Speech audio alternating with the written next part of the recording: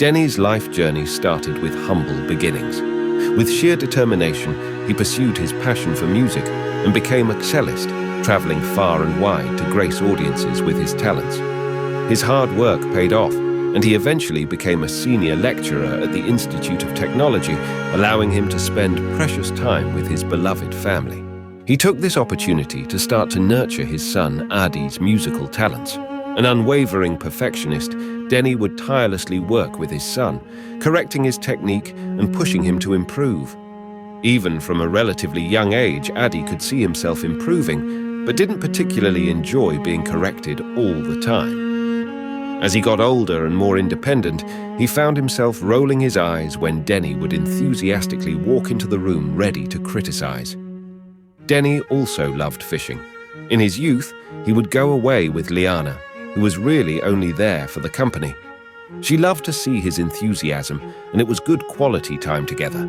He had to take a bit of a hiatus while pursuing his career, but now that he had it, the time had come to reignite his passion with a new partner. Adi would find himself awake before the crack of dawn, going on all sorts of father-son trips that he didn't remember signing up for. But Denny's enthusiasm was contagious, and it was great to spend time with him. Adi used to look wistfully at other dads taking their sons on mountain biking trips. They seemed a lot cooler, and the hours were far more sociable. But of course, he never told Denny that. He would sit there with his old dad on the bank of a lake, or on a boat swaying wildly in a storm, never really catching much. Denny and Adi would have many spirited debates concerning the hot topics. They would discuss religion, politics, society, the lighter subjects. They'd even debate whether they should mix the rice in with their curry or keep the two separate on the plate. How heated could a debate about curry get? Very. Liana would roll her eyes but leave them to it. Far too early, Denny was diagnosed with a terminal illness and was given 6 months. In his usual stubbornness, Denny refused to listen to the doctor and battled 4.5 years before he was finally defeated. His mobility was suffering increasingly. Playing the cello was no longer possible, but teaching Adi was. From time to time, Denny would demonstrate certain techniques.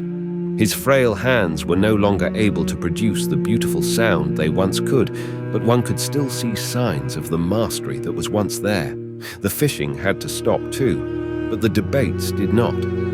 Denny may have become physically weak, but he was still sharp as a tack, and his opinions were as strong as ever. When Denny departed, the debates finally stopped.